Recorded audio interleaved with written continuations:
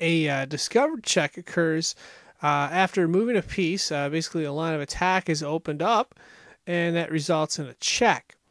If we look at this example in front of us right here, we got the rook moving to put the king in check right there for white, and that is not a discovered check. However, black is in check, and black has to move. Now white can move the rook, and that results in a discovered check because it opened up the line of attack for the bishop to put the king in check. And in this example, black is kind of in a bit of trouble. It can't interpose with its bishop because the white's bishop will just recapture. So the best thing for black to do is simply move its king to the only flight square that's available. And then white can turn around and capture the rook and put black in check again. And if we look at this exchange, it doesn't end up very good for black, and that black loses 6 points of material and also has lost some position as well. So that's one example of discovered check. We'll go ahead and shift gears and take a look at another example, and we'll see if you can figure out how to set this up here. If you'd like, you can go ahead and hit pause for a second.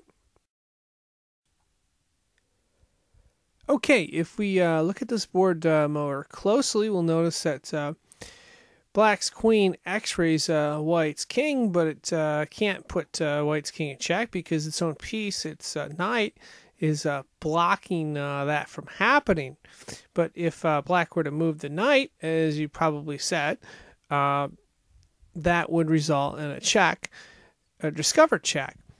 So what we have to do is we have to figure out where's the best spot to move the knight to so black can gain some material.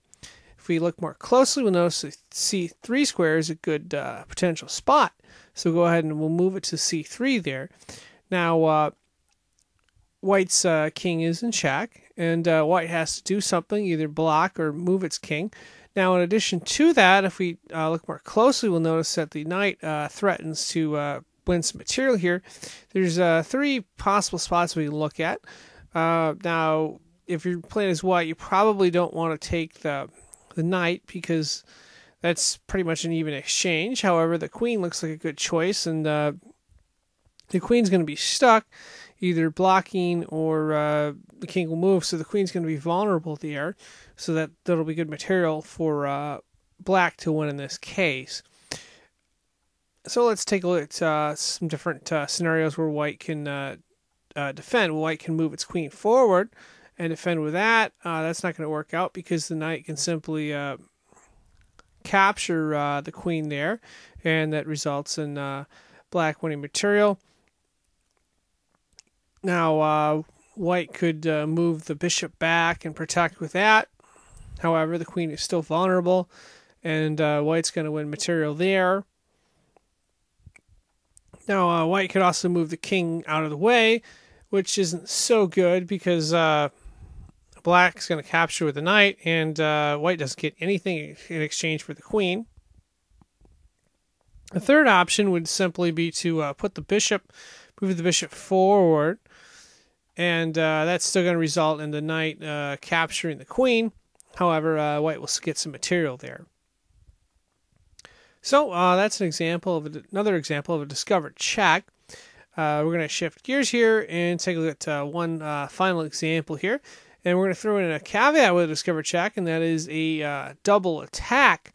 That's even a more powerful or more stronger move that can be used in addition with the discovered check. If you look at this board right here, it's obviously white's move.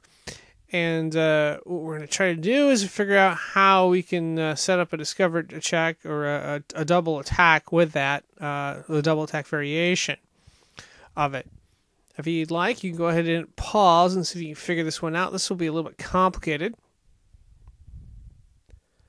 Now, if we analyze this a little more thoroughly, we'll notice that white would like to, set up a double attack, discover a check. However, how is it going to do it? Well, white has this bishop here, and white can take the bishop and move it forward to g5, and that would set up 2 lines of attack.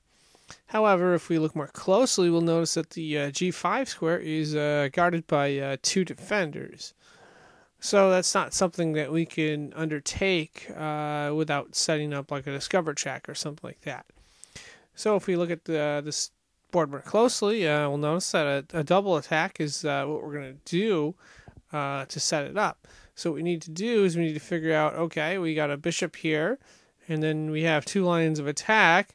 That would be a very strong attack, but we need to move the king off from the square and into this square where we can set up that attack. And if we have that double attack set up, what it does is it limits the number of moves that your opponent can make, in this case that black can make, because black essentially has to move the king because it's being attacked from two different spots, and in essence it cannot bring a piece to block both of those spots. It can only bring a piece or capture a piece in one of those spots, and what it does is it forces the king to move. So we want to get the king to move there to that spot and set up a double attack. So if we look at this board more closely, we'll notice we have a queen, and if we move that queen forward and sacrifice it and put the king in check, which we're doing right there, okay, the king only has one choice, and the king has to capture the queen.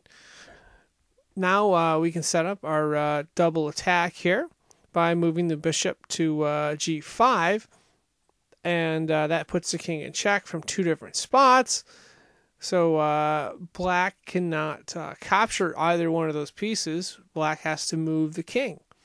And there's only two squares that black can move the king to, and either one is going to result in checkmate. So in this example, black decides to move here to the c7 square, and white moves the bishop to d8, and that is checkmate, because the king can't go anywhere and can't capture because all the pieces are defended, and black cannot block.